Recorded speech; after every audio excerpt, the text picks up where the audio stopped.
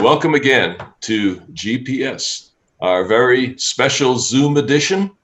And we've been talking about Revelation 12 and our big prophetic surprise last time was that there are times when atonement isn't enough. And we realized that the whole concept of the cross and the atonement was way bigger maybe than most people who read the Bible would have noticed before. So for me, that was a pretty exciting prophetic surprise. But as we get started today, I'm just curious, Viana, how did you get into the book of Revelation? What made it interesting to you?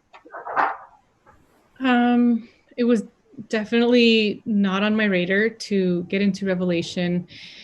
And I started reading John, the Gospel of John, and there was something about that compelling message in the Gospel of John that I said, if this is the guy who wrote Revelation, there surely has to be a literal God prophetic surprise waiting in there for me. And so I felt very confident. I opened up Revelation, and there was a scholar from Andrews. I don't remember his name, but he said, no, friend, like, you're not going to be able to get through Revelation unless you really understand Old Testament symbolism and language.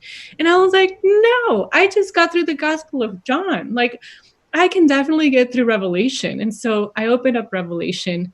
I realized he was right, that I wasn't going to be able to plow through this just by having read the Gospel of John. And I closed it back up, and I never really got back into it again. It was just uncompelling.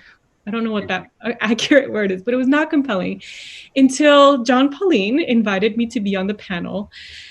And I had to revisit these fears and biases. And so I just took God's hand and I said, we're going to walk through this together, because I know that you put in my heart that there was a beautiful message in Revelation, just like the one I had found in the Gospel of John. And we're going to discover that together. So it definitely has been a lot of GPSs for me, having come back to the book of Revelation. And that was the reason I invited you to join the program. It wasn't just about a bunch of experts getting together, but to say, hey, we can learn together. There's a perspective that you're going to bring that the rest of us maybe wouldn't bring. And so that very perspective that you brought has been refreshing, exciting. And as I've sometimes mentioned, if we can get you just a little bit upset, you get really cooking. So we'll work on that in today's show. Yeah. Anyway, Nick, why don't you read the text and we'll start. Let's go with verses 12 and 13. And I think we'll discover here, Viana, in the text we're going to look at today, the importance of the Old Testament, exactly what you were saying, will become evident when we get in here.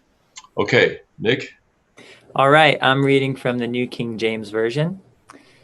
Therefore, rejoice, O heavens, and you who dwell in them. Woe to the inhabitants of the earth and the sea, for the devil has come down to you having great wrath, because he knows that he has a short time. Now when the dragon saw that he had been cast to the earth, he persecuted the woman who gave birth to the male child. All right. So in verse 13, we're connecting back with verses 5 and 6. In verses 5 and 6, you had a baby born, a male child.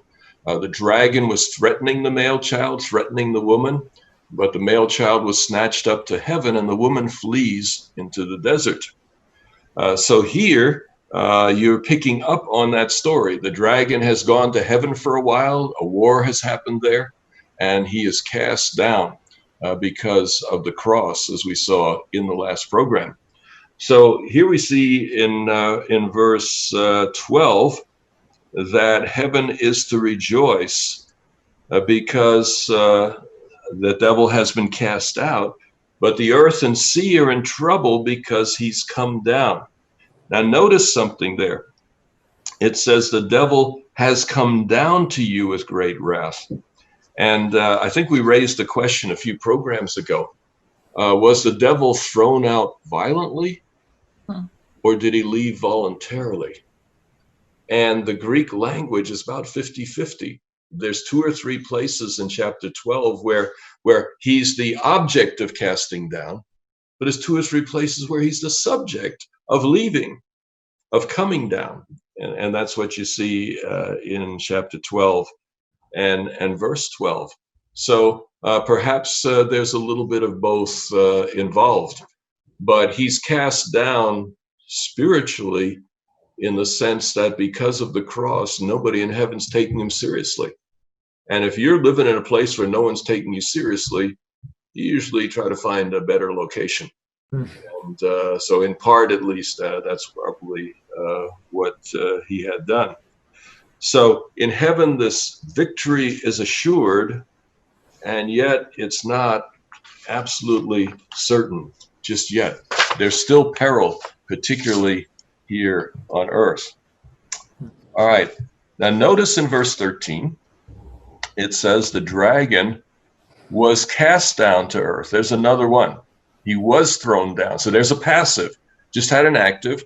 Now you have a passive. That connects with verses 9 and 10. And in verses 9 and 10, he is cast down. So you can see this is all connected. Revelation 12 is all connected. The dragon threatens the woman. Male child goes to heaven. Woman goes out in the desert. Dragon follows the male child to heaven. War takes place. He loses. He's cast down. We're back to where we were before. Now he's chasing the woman again. So this is all a continuous narrative, utilizing both heaven and earth. So probably some of our viewers are wondering, wait a minute, wasn't the casting out of Satan back in the beginning, before creation? Why would there be casting down here in the context of the cross, in the context of the ascension of Jesus Christ, in the context of his being enthroned in heaven? And we did touch a little bit on that a couple of shows ago. How really, I remember some of our analogies, you know, a family affair, you know, a member of the family walks out but still has the keys, you know, the locks haven't changed, but then something at the cross happens, because that's what we're talking about in Revelation chapter 12. And I don't know if the analogy, I don't know if we completed the analogy and explicitly said something like this, but could it be that the cross is kind of where the locks are changed? That's awesome. I never put it that way before. That is so cool. Yeah, it's an analogy. I mean, metaphors. You know, that's what we're dealing with, trying to talk about heavenly things. But yeah, it's like he left and the locks got changed. I like that very much. All right, so you have this continuous narrative, and originally you could say then that he was cast out, but the locks weren't changed. He did have visiting privileges and did show up from time to time. But then we get to verse 14. And Nick, would you kindly read that for us as well? Sure thing. But the woman was given 2 wings of a great eagle, that she might fly into the wilderness to her place, where she is nourished for a time, and times, and half a time from the presence of the serpent. Who's the serpent? Satan. But I thought he was the dragon. That's interesting. That is also like Genesis 3 here. Right. So here you have an interesting thing. It's the dragon comes down. The dragon is persecuting the woman, but you get to verse 14 and there's no dragon. Instead, you have the serpent. And then you get the dragon again in verse 16. That's right. So you have the serpent in 15, and then the dragon comes back in 16 and 17. So what's going on there? A prophetic surprise. Okay. What would that be?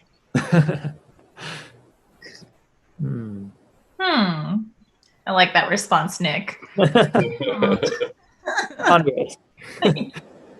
Let's ponder. Something that comes to my mind is the imagery of what each represents in terms of power and destruction.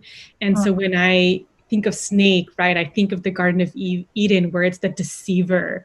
It's very sly and cunning and can kind of slide into your thoughts and temptations. And then when I think of dragon, it's this claws out, aggressive, like completely overwhelming you.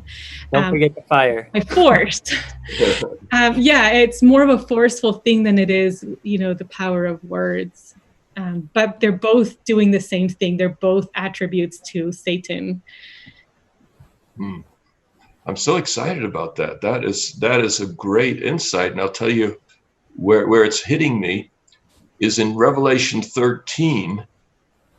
The beasts use two methods: intimidation and deception. And I just kind of made that connection, Viana, as you were talking. Wow. You got, you have the snake and the dragon. The dragon, ferocious, forceful, scary. Yeah. The snake, it can be scary to some people, but you can get away from a snake. I mean, it's not going to be able to chase you down in most cases. But the snake, the big concern is the mouth, and what will happen there. And the serpent, of course, goes back to, I think you were saying, Shifra, Genesis 3. And the serpent there didn't bite anyone, didn't threaten anyone, simply said, maybe things aren't quite the way you've been told. And that was deceptive speech. So the serpent in chapter 12 seems to represent deceptive speech, and the dragon perhaps representing the force. It's like there's this overt form and this covert form. And it makes me think of like good cop, bad cop, right? And it also makes me think of Satan tempting Jesus in the wilderness. He didn't come, as someone trying to control him with power, like guns blazing or anything, but he's trying to invite him into an easier way. He's like, this will make you look good. This will feed you. This, there's an easier way using that seductive speech. So yeah, this is very intriguing. And yet here we see them so side by side, literally words apart, that what I'm thinking is that he's using every single aspect of his self to try and attack and deceive, take over the world. He's already bitter that he no longer has keys to heaven, that his power has been broken at the cross.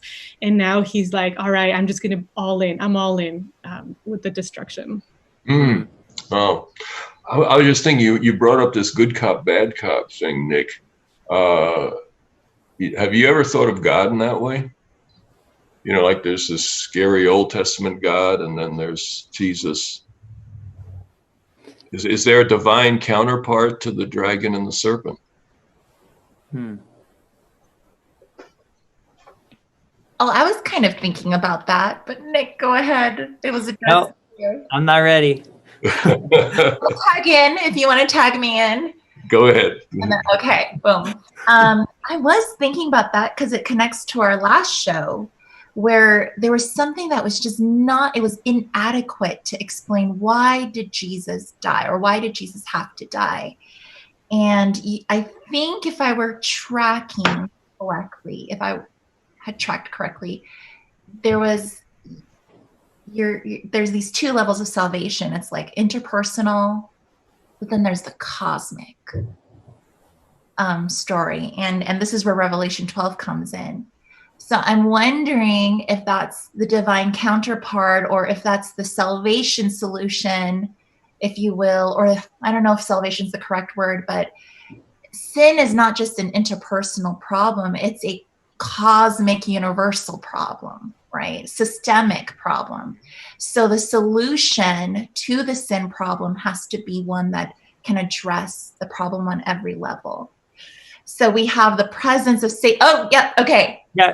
Well, I was just thinking, I thought of the counterpart, but it's not that God is you know, real positive and sweet sometimes, and sometimes he's mean. Like, it's all just like Satan is all for the same goal of destruction.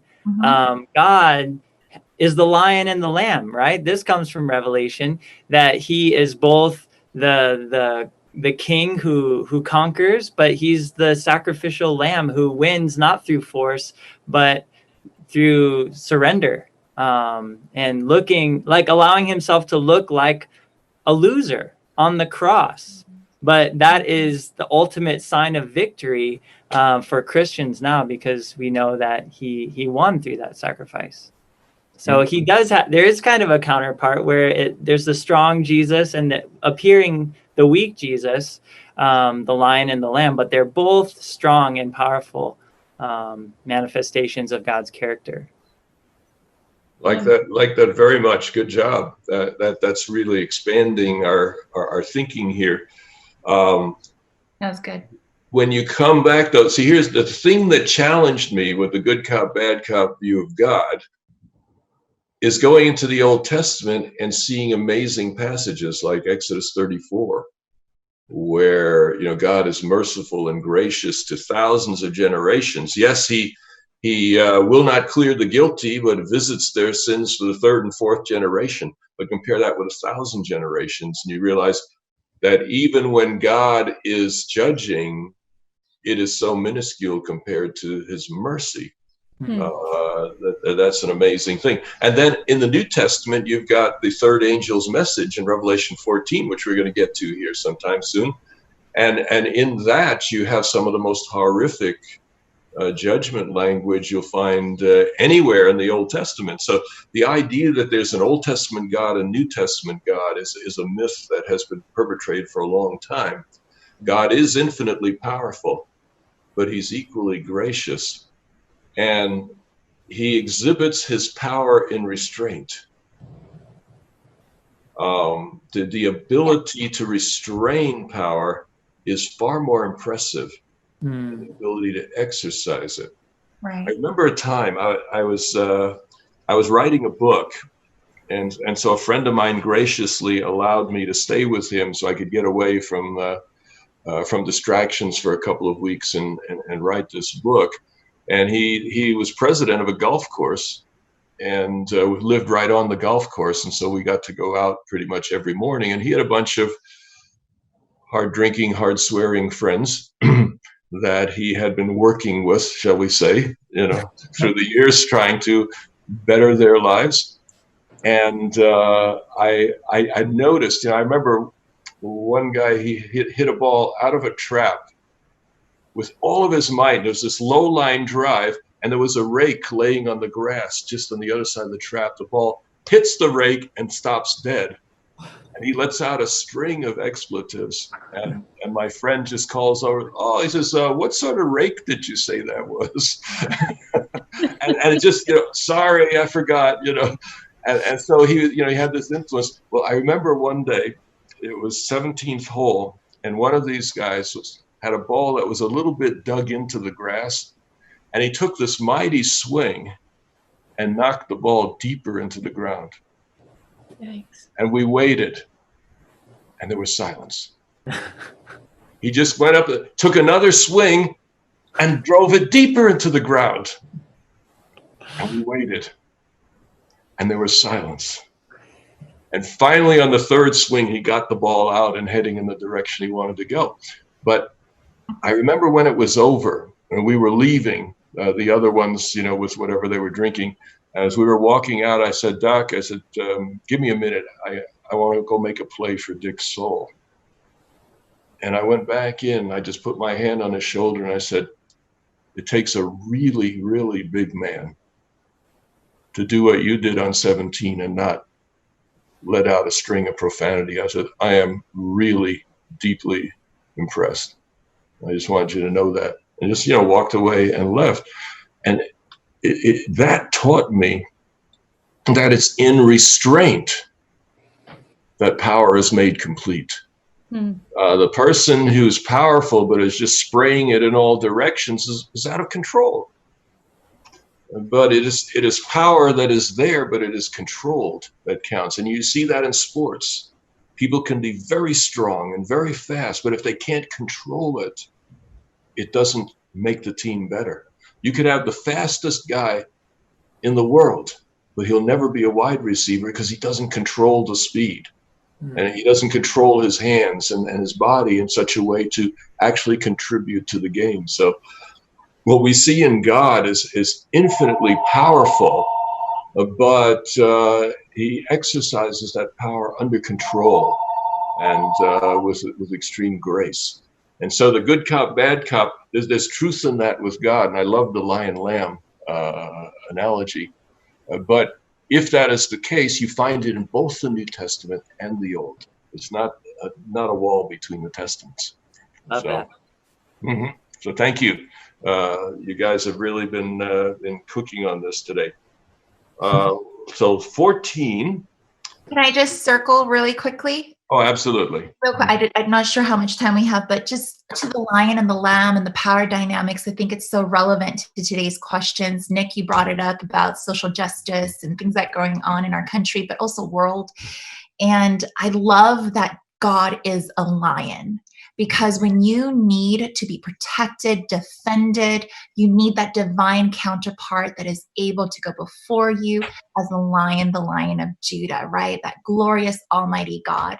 But when you need someone to be able to empathize and suffer with you, we have God as a lamb who was slain, right, to death. And by his blood we are saved. All of that is just so wonderful when you need someone to have that gentle touch. So depending on where you are in the hegemonics of life, places where we're privileged, places where we're empowered, but places where we're not empowered and we're in need of a savior, right? God comes in and addresses our needs on every level. It makes me just want to say, thank you, God. What a wonderful God, and take a praise break. So I just thought I'd. Awesome. Very, very good. Nick, why don't you pick up your Bible again? And we just read verse 14, but what I'd like you to do is read verse 6 and verse 14 back to back, because I want our audience to see how similar these two verses are. So first, Revelation 12:6, and then Revelation 12:14. Okay, so here's verse 6. Then the woman fled into the wilderness, where she has a place prepared by God, that they should feed her there 1,260 days. And then verse 14, but the woman was given 2 wings of a great eagle, that she might fly into the wilderness to her place, where she is nourished for a time and times and half a time from the presence of the serpent. All right, if you'd all just keep those 2 verses in front of you to the degree that you can, I want to point out some interesting things. First of all, you have a woman in verse 6 and a woman in verse 14. Same word in the Greek. The Greek has other words for woman, but this is the same one. And you have a desert, number 2. Desert in both places, exactly the same Greek word. And then there's the word place. She had a place prepared by God, verse 6. She came to her place, verse 14, same Greek word. And then the purpose was to be nourished, to be fed, to be taken care of for a period of time. That's number 4. Wow. And then the period of time. You have 1,260 days. You have time, times, and half a time. And we understand the time, times, and half a time to be the same as the 1,260 days. 3.5 years is roughly 1,260 days. So you have her nourished for a time, but there's one interesting difference. And I only saw this for the first time this morning. So this is not in my commentary or anything else like that. But it just really struck me as I took a careful look. In verse 6, it says that she went to the place prepared by God in order that they might feed her. It's third person plural. they might feed her. I think the King James actually does that. I'm not sure any of the other translations do that, reflecting what is actually in the Greek text. Who's the they? I don't know. Angels? Let's see. You have the woman fleeing to the desert. There's a place prepared by God in order that they, what could that be? Who's the they? Elohim is plural, if I'm correct. Is that correct? Yeah. Yeah, trephosin here is plural. So it's they, third person plural, feed her. The thought came to me. I don't know if this will fly, but I just saw this for the first time. So I said, is that an allusion to Elijah? Elijah spent 3.5 years in a hideaway, and they fed him. Who were they? Ravens. Ravens. Yeah, we got lots of them in my neighborhood. Those big black birds with shrieky voices, etc. They'd bring him food. And so I think we probably have a sneak allusion here that maybe no one has noticed. I'm going to have to check a few commentaries, see if anybody's noticed that. But they feed her. They might feed her. And then in verse 14, it's a singular passive. She might be nourished or might be fed. Now, that's not a huge spiritual difference here, perhaps, but I just find it exciting to notice that subtle difference. But you also have the two bird, if that's kind of where you're going to in the they with Elijah. In verse 14, you have wings of an eagle. And I know that's kind of going on a limb, but if this verse is so tied in together, verse 6 and verse 14, you do have a bird imagery there. Okay, yeah, that's right. Let's see, which one is it in here? I've got my Greek text here, so it may take me a little longer than you to find it, but where's the eagle? It's in the... given the two wings of the great eagle, verse 14. Yeah. Verse 14, okay. So I love this. Is it possible then that the they is the two wings? What are the two wings? How is this relevant to the message? Yeah. Well, perhaps not directly, but I think the more that we can get into the original mindset, the people who first got this, the more likely we are to see what God is really trying to get to us in this passage. Well, just summing up here, because we have just a few seconds left, these two verses are parallel and they each have a timepiece. And what we'll get into in our next program is, what do these times mean? Time times and half a time, 1260 days. What is going on there? And that will be a prophetic surprise as well. So for all of us here at GPS, we'll see you again next time.